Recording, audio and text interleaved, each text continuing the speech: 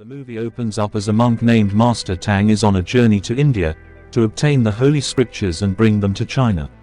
He is accompanied by his disciples, the Monkey King, Sun Wukong, Baji and Sha. On their journey, they have passed several tests, but this one will be the toughest one they have come across. During their journey, they travel across a river by boat. Everything seems to be going fine, but suddenly, a river monster emerges out of nowhere and attacks them. The group tries the best to defend themselves, but to no avail. As they are about to be eaten alive, a mysterious portal appears out of nowhere and swallows the group. When they reach the other side of the portal, they begin to fall at a very high speed. As they continue their freefall, Master Tang notices a beautiful woman, and it appears as if he has fallen in love at first sight. However, a large rock knocks her off, causing her to fall with the group.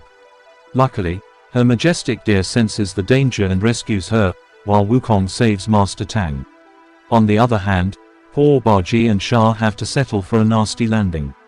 But before the group can decipher their location, the beautiful woman approaches them and inquires if they are men.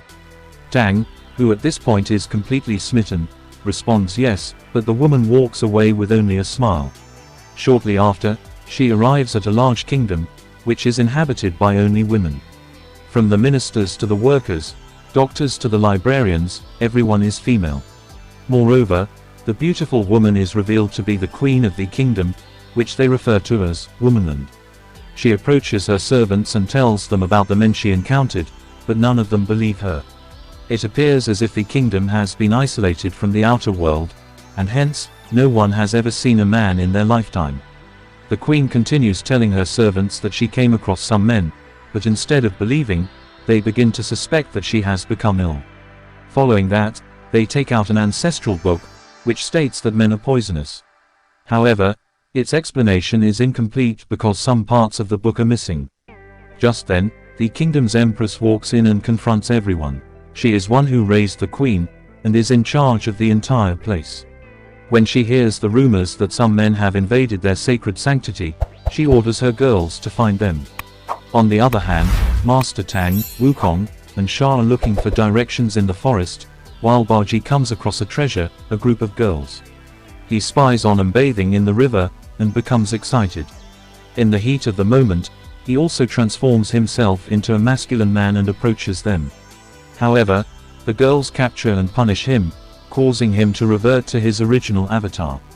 Meanwhile, Wukong, Tang, and Sha are apprehended by a group of female soldiers. Master Tang forbids his disciples from using any violence and tries to defuse the situation peacefully, but the enraged women take them to their kingdom to receive punishments. This is when they finally realize that they have entered the kingdom of women, a kingdom where men do not exist. After reaching the kingdom's palace, they meet the woman they met before, and realize that she's actually the queen. Then, comes an elderly woman who displays an ancestral book in which a monk, a monkey, a pig and a blue-skinned bruiser are mentioned. In the book, it turns out that the arrival of the monk and his disciples had already been predicted. Based on the prediction, this would bring destruction to this kingdom. As soon as the females hear this, pressure comes from various parties, especially from the empress, to sentence the men to death. The queen also agrees, but before that, she wants to interrogate them first. Although hesitant, the empress agrees, and the men are imprisoned for one night inside the palace before the execution day. At this stage, Wukong, who possesses superhuman strength, can easily fight the women off and help his friends. However, when he remembers Master Tang's advice to refrain from violence, he decides to comply with the situation. The same night, however, Master Tang agrees to do a prison break. Wukong breaks the prison door, allowing them all to flee. At the same time, the queen and her servants arrive at the prison for interrogation, but they are accidentally knocked out by the men.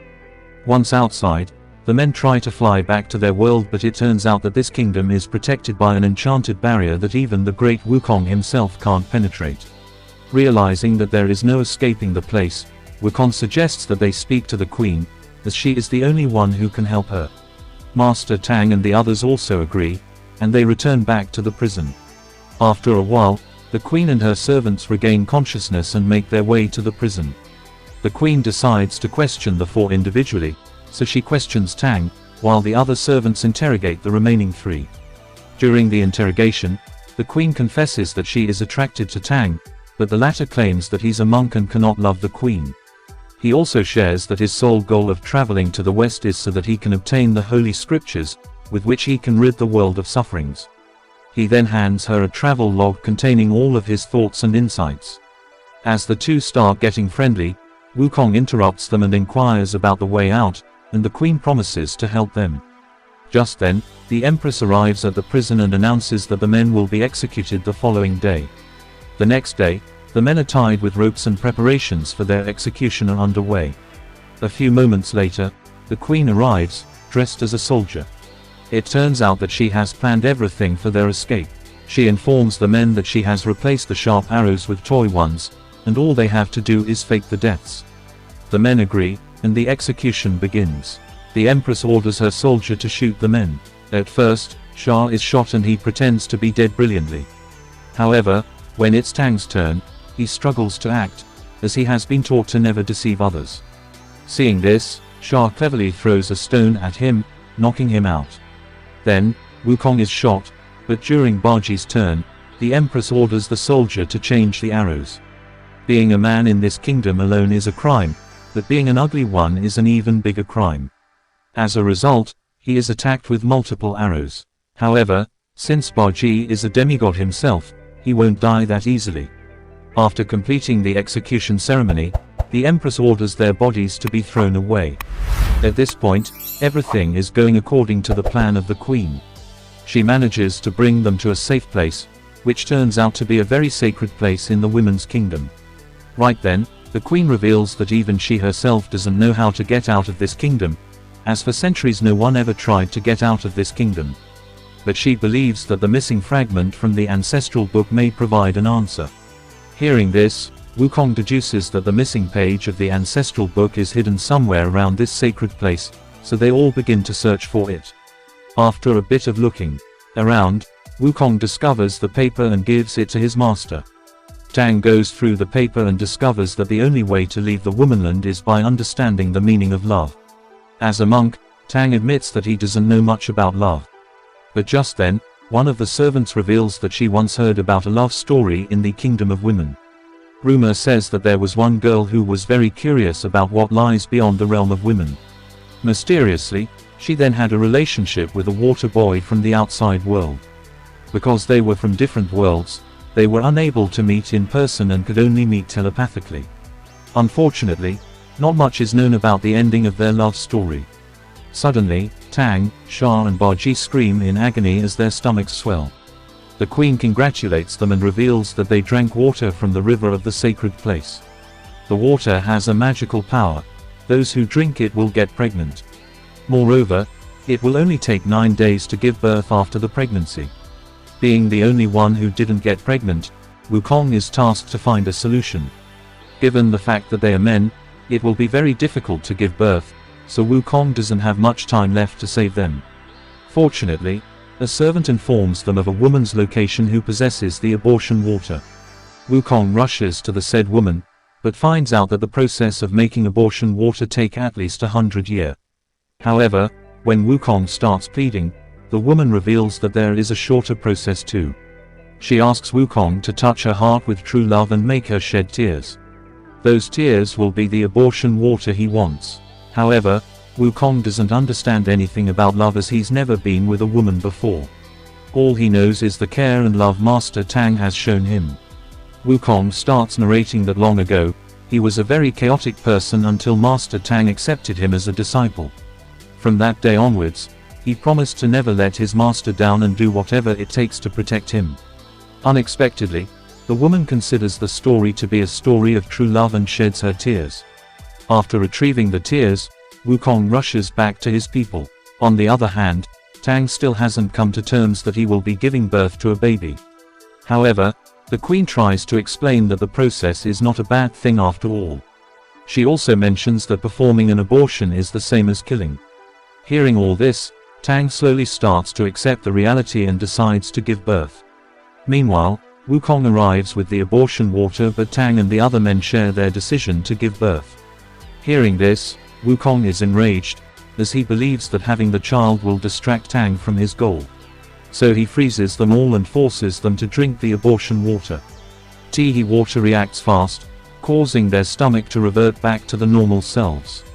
However, Tang appears to be displeased. To calm himself down, he goes away and copies the words from the scriptures on the ground. Ever since he was a kid, he has been using this technique to calm himself. The queen also joins him and they both start writing stuff. Unfortunately, they are so caught up in the activity that they reach very far, and the Empress spots them. She immediately orders her soldiers to arrest Tang, despite the queen begging her to not do so. But instead of being imprisoned, Tang is taken to the seashore. The coast is known as the Endless Sea, where if a person sails, she will never return. Shortly after, while Tang is being sailed away, the queen arrives in her deer and jumps into his boat. In no time, the boat goes far off the beach, and thick fog covers their surroundings. Now, it seems as if they have lost their way as nothing is visible. Meanwhile, the Empress is devastated because she believes that the womanland will be destroyed without the queen. She immediately goes to Wukong and tells him what happened. As Wukong tries to understand the gravity of the situation, the Empress falls to her knees and begs him to save the queen. This finally convinces Wukong, and he sets out to find the sailing duo. However, this sea is named the Endless Sea for a reason. Even with his magical eye, Wukong can't manage to find them. Elsewhere, Tang and the queen become stranded in the middle of the sea. The mist has disappeared, but as far as their eyes can see, they can only see the ocean. Although it hasn't been long since they entered the sea, it has felt like ages for them. The queen becomes thirsty, so she decides to drink the sea water, but Tang stops her, claiming that it will make her even more thirstier. Eventually, Tang sincerely offers his flesh to be eaten by the queen. This makes the queen very emotional, but she refuses the offer and prefers to face all the challenges together. After a while, a massive storm hits the sea, but the couple somehow manages to survive and spend the night. After the hurricane passes, their boat finally touches the mainland. It turns out, this is what is meant in the prophecy, that only true love can open the exit gates of the female kingdom. The love shown by both of them has caused a giant gate to appear in the middle of the sea. This is spotted by Wukong and the rest, and they manage to find their master. Immediately, they invite Tang to leave the place, but Tang instead turns to the queen and invites her to go together. After a bit of discussion, the men enter the gate, but when the queen tries to step in, she is stopped by the enchanted barrier, indicating that she is not permitted to leave womanland. When she tries to force her way through the barrier, the womanland and its inhabitants begin to transform into stone. The queen herself begins transforming into a stone. Fortunately, Tang quickly grabs her and returns her back to normalcy. However, she collapses and loses consciousness.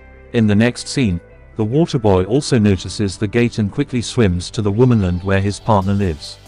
Elsewhere, as the Empress is caring for the queen, she is reminded of her past. Several years ago, the previous queen handed over a child to the Empress, claiming that the child has the bloodline of womanland. The previous queen also asked the Empress to raise the child the best possible way she can. It is then revealed that the girl who fell in the waterboy was none other than the Empress herself. However, because she was tasked with taking care of the child, she had to give up her love for him. Meanwhile, Tang decides to stay in womanland a little longer until the queen is fully recovered. Right then, he is approached by the goddess of mercy, who enlightens him regarding the matter. She informs him that he must choose between these two to love one person or all sentient beings. At the end of the conversation, she's confident that Tang will make the correct decision. Afterwards, he returns to the palace, where the entire kingdom is performing a ritual for the queen's health. As everyone is praying, the waterboy suddenly arrives and surprises the Empress. He has waited for 20 years for this moment and expresses his love for her. The Empress is touched by this, but she knows where her destiny lies, that is to guide the queen to lead the kingdom. Hence, she refuses. To rekindle their relationship, this enrages the waterboy, and as a result, he decides to destroy the kingdom. At first, he kidnaps Tang and the queen, but the amazing Monkey King immediately saves them. When his first attempt fails, the waterboy transforms into a devil and starts attacking the kingdom. Wukong, Sha and Baji team up to stop him, but all in vain. Soon, the waterboy transforms into an even bigger form and begins drowning the kingdom. This destroys womenland, and all the women fall into the sea. Witnessing the devastation, Master Tang, who is also drowning, enters a meditation state and prays to Lord Buddha to save the people. Surprisingly, the Lord hears his prayers and appears. He saves the drowning women and punishes the waterboy for his misdeeds. Finally, the storm passes by and life in womanland becomes normal again. After a lot of enlightenment, Master Tang has finally made up his mind to carry out his duty and continue his mission. With a heavy heart, the queen accepts his decision and also accepts her destiny to lead this women's kingdom. Finally, the four men wave a final goodbye to the queen and set off on their journey to the west, hoping to find the Holy Scriptures.